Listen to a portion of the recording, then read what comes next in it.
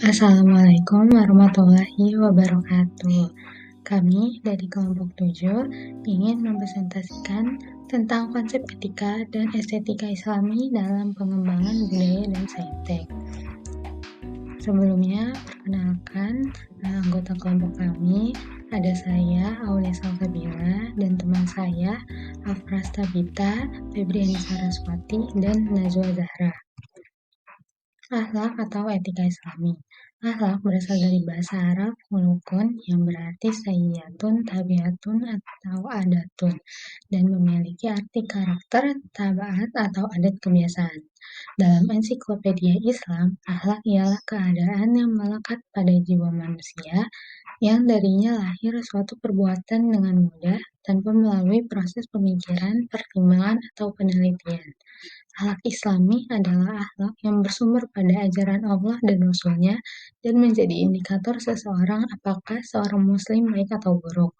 Akhlak secara kebahasaan atau etimologi berarti budi pekerti atau bisa disebut juga sikap hidup atau ajaran yang berbicara tentang baik dan buruk yang ukurannya adalah wahyu. Oleh karena itulah, tidak salah jika para ahli bahasa mengartikan akhlak dengan istilah watak, tabiat, kebiasaan, perangai, dan aturan. 5 ciri yang terdapat dalam perbuatan akhlak yaitu pertama, perbuatan akhlak adalah perbuatan yang telah tertanam dalam jiwa seseorang sehingga telah menjadi kepribadiannya. Yang kedua, perbuatan akhlak adalah perbuatan yang dilakukan dengan mudah dan tanpa pemikiran. Ini berarti bahwa saat melakukan suatu perbuatan yang bersangkutan dalam keadaan normal atau sadar dan tidak dibuat-buat. Lalu yang ketiga, perbuatan akhlak adalah perbuatan yang timbul dari dalam diri orang yang mengerjakannya tanpa ada paksaan atau tekanan dari luar, dan perbuatan yang dilakukan itu atas dasar kemauan, pilihan, dan keputusan yang bersangkutan. Lalu yang keempat, perbuatan akhlak adalah perbuatan yang dilakukan dengan sesungguhnya, bukan main-main atau karena bersandiwara. Dan yang kelima, sejalan dengan ciri yang keempat, perbuatan akhlak, khususnya akhlak yang baik adalah perbuatan yang dilakukan karena keikhlasan semata-mata karena Allah, bukan karena dipuji orang atau karena ingin mendapatkan suatu pujian. Rasulullah SAW memiliki sifat yang begitu mulia. Beliau membalas perbuatan buruk dengan kebaikan, keramahan, dan cinta. Memiliki pribadi yang lemah lembut, rendah hati, dan penuh kasih sayang terhadap sesama, dan masih banyak contoh akhlak mulia yang dapat dipelajari dalam sirah atau perjalanan hidupnya. Dan semua perbuatan yang beliau lakukan adalah perbuatan yang terpuji yang disebut dengan akhlak mahmudah atau akhlak yang baik. Lalu ada juga yang disebut dengan akhlak yang buruk, lawan dari akhlak yang baik. Akhlak yang buruk atau akhlak mahmuzah adalah akhlak yang tercela, memiliki arti segala bentuk perbuatan manusia, baik keyakinan, ucapan, dan perbuatan yang dapat mendatangkan kemudorotan bagi diri sendiri dan orang lain. Menurut Ibnu Arabi, hati manusia bisa jelek, rusak, dan juga bisa baik dan suci karena nafsu yang ada di dalam dirinya. Di dalam diri manusia terdapat nafsu. Nafsu sendiri pada dasarnya fitrah yang bisa baik dan buruk atau taat dan maksiat. Ia akan menjadi baik dengan amal soleh dan menjadi buruk dengan perbuatan tercela. Karena itu, nafsu dapat membuat orang berpikir mengidentifikasi tenang, gelisah, lapar, dahaga, dengki, tamak, ridho, dan qanaah serta pikiran-pikiran dan perasaan lainnya. Lalu ada akhlak sebagai penggerak budaya. Akhlak sebagai penggerak budaya dimaksudkan adalah bagaimana kebudayaan itu menuju kepada kemaslahatan yang lebih baik. Dalam pandangan Islam, kebudayaan itu adanya jiwa atau ruh yang tidak lain adalah wahyu Al-Quran. Ketika ajaran wahyu diimplementasikan dalam kehidupan, maka jadilah budaya yang progresif. Dan sebaliknya, jika jiwa kebudayaan itu bukan wahyu Allah, maka kebudayaan cenderung bergerak ke arah yang merusak dan destruktif. Sebelum kedatangan Islam, masyarakat Arab ditandai dengan kondisi sosial budaya, sosial politik, dan kondisi religius yang jahiliyah atau tidak berlandaskan kepada akhlak mulia. Pada abad ke-7, Rasul memberi contoh bagaimana melakukan akulturasi antara ajaran Islam dan tradisi bangsa Arab. Terdapat 3 mekanisme yang dilakukan untuk menyikapi tradisi yang telah berkembang pada saat itu. Yang pertama, menerima dan melestarikan kebiasaan atau tradisi yang dianggap baik, seperti musyawarah, kumpul-kumpul pada hari Jumat, dan khitan. 2. Menerima serta memodifikasi tradisi yang secara substansi sudah baik, tetapi dalam beberapa aspek implementasinya bertentangan dengan prinsip tauhid, misalnya ritual haji dan umroh, kurban, dan poligami. 3. Menolak tradisi yang dianggap mempertahankan nilai, moralitas, dan karakter jahiliyah dan menggantikannya dengan tradisi baru yang mengembangkan dan memperkuat nilai, moralitas, dan karakter Islam. Seperti tradisi berjudi, berhala, minum minuman keras, poligami, dan kawin kontrak. Islam datang untuk mengatur dan membimbing umat manusia menuju kehidupan yang baik dan seimbang, yang didasarkan pada akhlak yang mulia. Islam tidak datang untuk menghancurkan budaya yang sudah ada, tetapi dia ingin menghilangkan hal-hal yang buruk dari kehidupan manusia. Oleh karena itu, Islam harus meluruskan dan membimbing budaya yang sedang berkembang menuju budaya yang beradab dan maju, serta meningkatkan derajat kemanusiaan melalui akhlak karismatik. Menemukan kesadaran bertuhan atau Rabbaniyah adalah dasar dari budaya Islam. Oleh karena itu, tidak peduli apakah budaya Islam melakukan manifestasi, tujuannya adalah untuk menegakkan nilai-nilai Tuhan pada semua orang. Oke baik, selanjutnya adalah rekonstruksi pengembangan budaya, sains dan teknologi berbasis akhlak mulia. Manusia merupakan awal dari adanya budaya. Manusia menciptakan kebudayaan, kemudian kebudayaan melahirkan manusia yang berbudaya. Awalnya manusia menciptakan budaya yang bebas dan tidak terikat. Namun seiring dengan terbentuknya kebudayaan tersebut, manusia menjadi tidak bebas dan terikat dengan kebudayaan yang diciptakan sendiri. Hal ini menyebabkan manusia menjadikan budaya sebagai acuan dalam bertindak dan berperilaku dalam hidup bermasyarakat. Maka dari itu tidak akan ditemukan suatu masyarakat yang hidup tanpa kebudayaan. Sistem budaya tidak dapat berdiri sendiri karena sistem budaya dapat diamati melalui gejala yang ada di dalam sistem sosial masyarakat. Sedangkan sistem budaya itu sendiri merupakan hasil dari cita, rasa, karsa, dan karya manusia dalam kehidupan sosialnya, baik karena dipengaruhi oleh faktor dalam diri individu ataupun faktor sosial. Dalam pendekatan Islam, budaya terbagi menjadi 3 macam, yaitu yang pertama ada kebudayaan yang tidak bertentangan dengan nilai-nilai Islam. Contohnya, kebudayaan yang diterima akal sehat karena mengandung akhlak mulia, seperti adanya tradisi musyawarah atau mufakat. Lalu yang kedua, ada kebudayaan sebagian unsurnya bertentangan dengan Islam, kemudian direkonstruksi sehingga menjadi Islami. Contohnya, tradisi jahiliyah yang melakukan ibadah haji dengan cara-cara yang bertentangan dengan Islam dan nilai-nilai kemanusiaan. Lalu yang terakhir, yang ketiga, kebudayaan yang bertentangan dengan nilai-nilai Islam. Contohnya ada tradisi berjudi dan meminum minuman keras. Di zaman modern saat ini tentunya banyak sekali perkembangan iptek yang sudah berkembang dengan cepat. Di antaranya berkembangnya ilmu sains dan teknologi. Contoh salah satunya ialah penggunaan internet. Di era digital saat ini pastinya banyak orang yang sudah menggunakan internet. Dengan internet kita dapat mengakses Google Scholar ataupun platform media lainnya yang mendukung kita untuk mencari informasi, pengetahuan, wawasan, ataupun yang lainnya. Dan internet juga membantu kita untuk berkomunikasi dengan seluruh manusia di muka bumi ini. Namun, penggunaan internet dapat memberikan dampak positif maupun negatif. Hal ini tergantung dengan si penggunaannya. Nah, internet dapat memberikan dampak positif apabila pengguna menggunakan internet dengan sebaik-baiknya. Contohnya, internet digunakan untuk mencari berita atau peristiwa yang sedang viral, menonton ceramah ataupun yang lainnya. Dan sebaliknya, internet dapat memberikan dampak negatif apabila pengguna tidak menggunakan internet dengan hal yang baik. Contohnya, menyebarluaskan ajaran sesat ataupun memicu perselisihan di sosial media. Maka dari itu, perlunya manusia itu memiliki akhlak mulia agar terciptanya suasana yang damai, dan dengan melajunya perkembangan iptek, manusia juga perlu bermodalkan akhlak mulia untuk menyikapi perkembangan tersebut, agar terhindar dari perilaku yang negatif. Selanjutnya saya akan menjelaskan mengenai seni estetika dalam Islam. Seni estetika dalam Islam merupakan perjalanan dari bentuk-bentuk menuju hakikat segala bentuk dari mana manusia berasal. Seni Islam dapat membuat kita menjadi merasa lebih dekat dengan Allah Subhanahu wa Ta'ala. Dalam seni Islam, semua tertuju kepada hal-hal yang positif. Jika suatu seni indah namun terdapat kemungkaran seperti memunculkan syahwat, itu tidak bisa dikatakan seni Islam. Estetika Islami dibatasi dengan ketentuan-ketentuan yang telah dicantumkan dalam Al-Quran dan As-Sunnah. Islam menghendaki hal-hal yang baik dan atau indah sehingga memberikan motivasi atau kegairahan dalam hidup dengan tujuan untuk mencapai suasana yang tentram, indah, damai, dan bahagia dalam kehidupan di dunia sampai keindahan dan kebahagiaan di akhirat.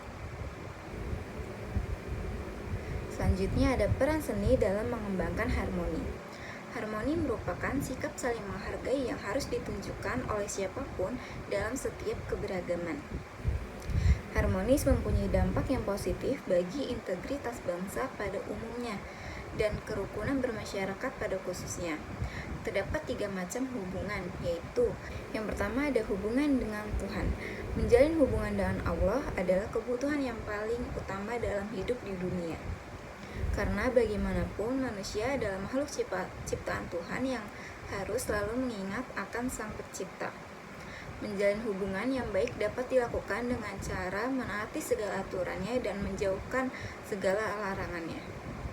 Kita juga dapat menjalin hubungan dengan Allah melalui ibadah, melalui doa-doa yang kita panjatkan dan juga selalu mengingat Allah dimanapun dan kapanpun.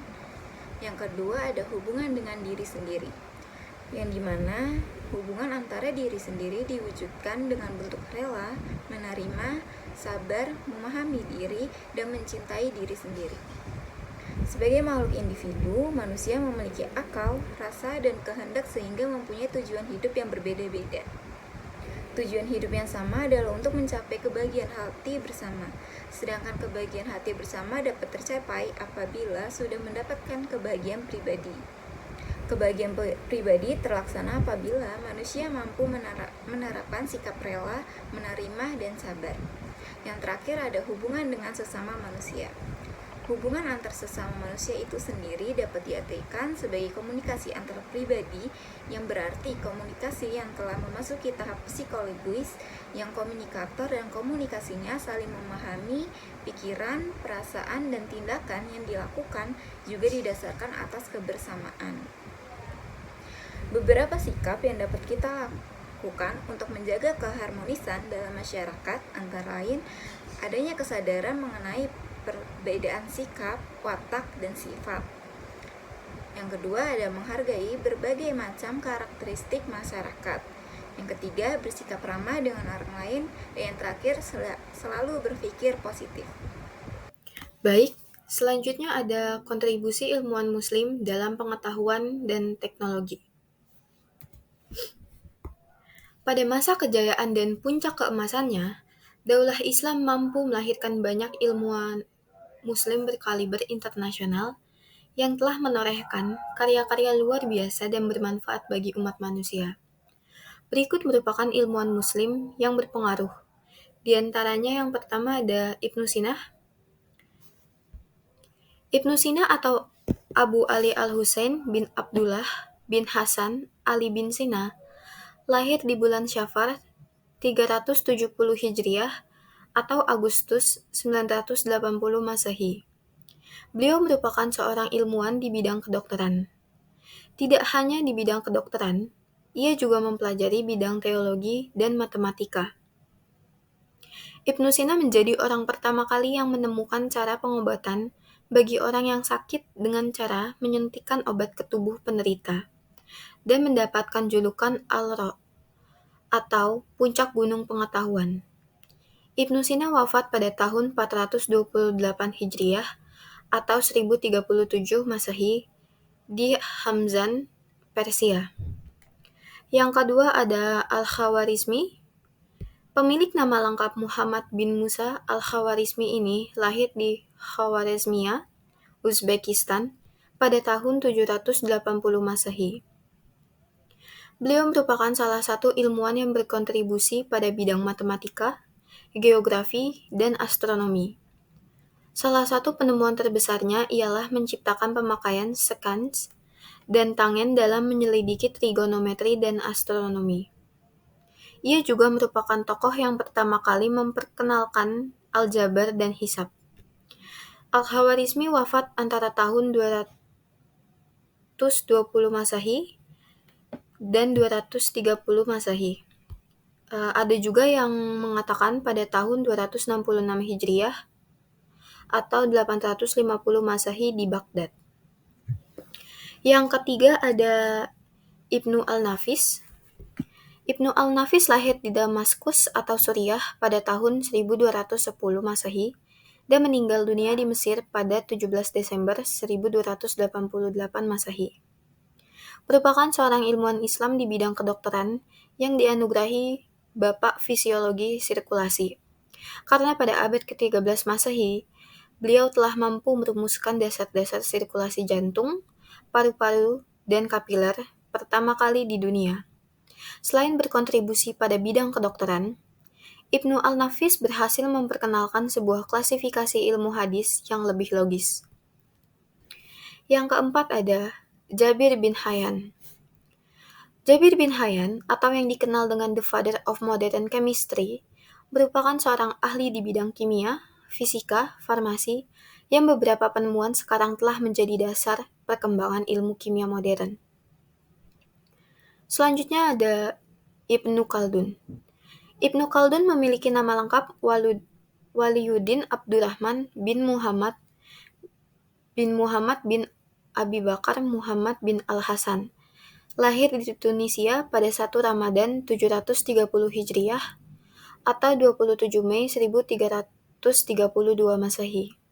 Merupakan seorang sejarawan dan sosiologi Islam yang terkenal di dunia. Dan terakhir ada Al-Zahrawi. Al-Zahrawi keturunan Arab Ansar yang menetap di Spanyol. Beliau merupakan seorang tokoh yang meletakkan dasar-dasar ilmu bedah modern. Pemikirannya sekarang dijadikan kurikulum pendidikan kedokteran di Eropa.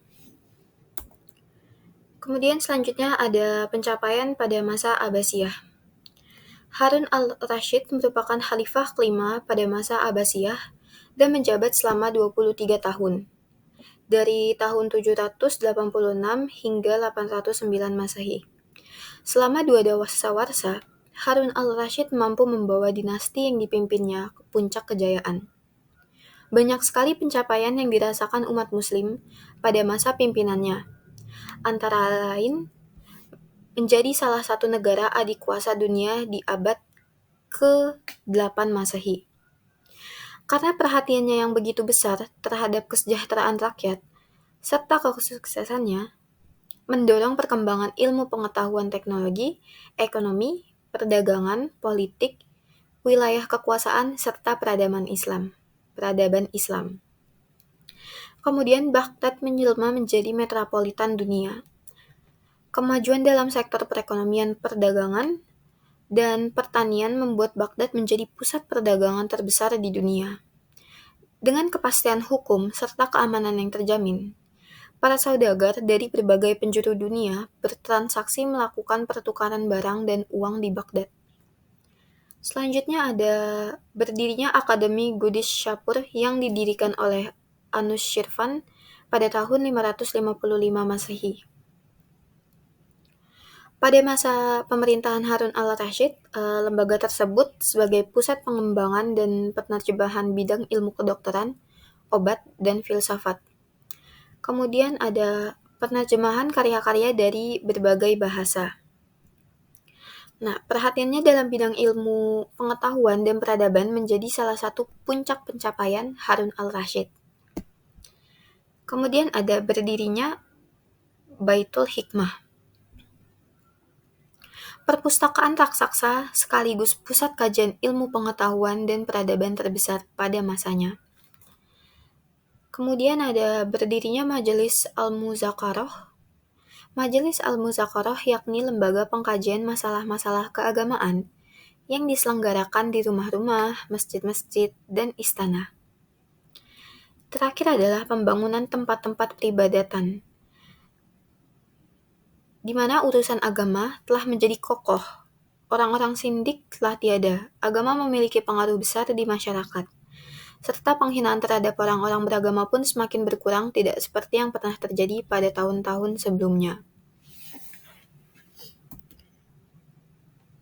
Kemudian ada 4 imam mazhab, di mana pada masa pemerintahan Abbasiyah, tepatnya saat kepemimpinan Harun al-Rashid, muncul 4 mazhab yang terkenal di kalangan umat Islam, yaitu yang pertama ada mazhab Hanafi pada tahun 700 sampai 767 Masehi. Mazhab Hanafi ini didirikan oleh Imam Abu Hanafi yang dikenal sebagai ahli hukum fikih. Sumber hukumnya mazhab Hanafi itu berasal dari Al-Quran, hadis atau sunnah, atsar, qiyas, istihsan, ijma para ulama, dan urf. Yang kedua ada mazhab Maliki pada tahun 713 sampai 795 Masehi. Mazhab Maliki ini didirikan oleh Imam Malik bin Anas yang tinggal di Banidah. Sumber hukum mazhab Maliki ini berasal dari sunnah, amal perbuatan penduduk Madinah, kaul Syahabi, dan maslahah ar-musalah. Karena Imam Malik tinggal di Madinah, maka mazhab ini sangat dipengaruhi oleh praktik dan tradisi penduduk Madinah. Yang ketiga ada mazhab Syafi'i pada tahun 767 sampai 820 Masehi. Mazhab Syafi'i ini didirikan oleh Muhammad bin Idris Asy-Syafi'i. Sumber hukum mazhab Syafi'i ini berasal dari Al-Quran, sunnah, ijma, dan qiyas. Nah, mayoritas muslim di Indonesia itu berkiblat pada mazhab Syafi'i. Dan terakhir ada mazhab Hambali pada tahun 780 sampai 855 Masehi. Mazhab Hambali ini didirikan oleh Imam Ahmad bin Hanbal. Sumber hukum mazhab Hambali ini berasal dari Al-Quran dan Sunnah, fatwa sahabat, ijtihad sahabat yang lebih dekat kepada Al-Quran dan Sunnah, hadis mursal, dan daif, serta qiyas sebagai penutup. Dan yang terakhir ada semaraknya perkembangan ilmu dan pengetahuan di dunia Islam ini diindikasi dengan banyaknya perpustakaan yang tersebar di kota-kota dan negeri-negeri Islam yang jumlahnya sangat fantastis. Contohnya itu pada gambar yang pertama itu ada perpustakaan di Cordova. Nah, perpustakaan di Cordova pada abad 10 Masehi ini mempunyai 600.000 jilid buku.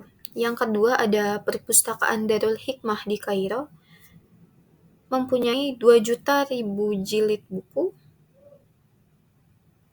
Dan yang terakhir itu ada perpustakaan Al-Hakim di Andalusia, mempunyai berbagai buku dalam 40 kamar yang setiap kamarnya itu berisi 18.000 jilid buku. Jadi, para ilmuwan muslim pada zamannya berhasil menciptakan berbagai macam ilmu pengetahuan yang memiliki pengaruh besar tidak hanya di negara barat tetapi di seluruh dunia. Berikut ini merupakan referensi yang kelompok kami gunakan. Baik, cukup sekian presentasi dari kelompok 7, kurang lebihnya mohon maaf. Wassalamualaikum warahmatullahi wabarakatuh.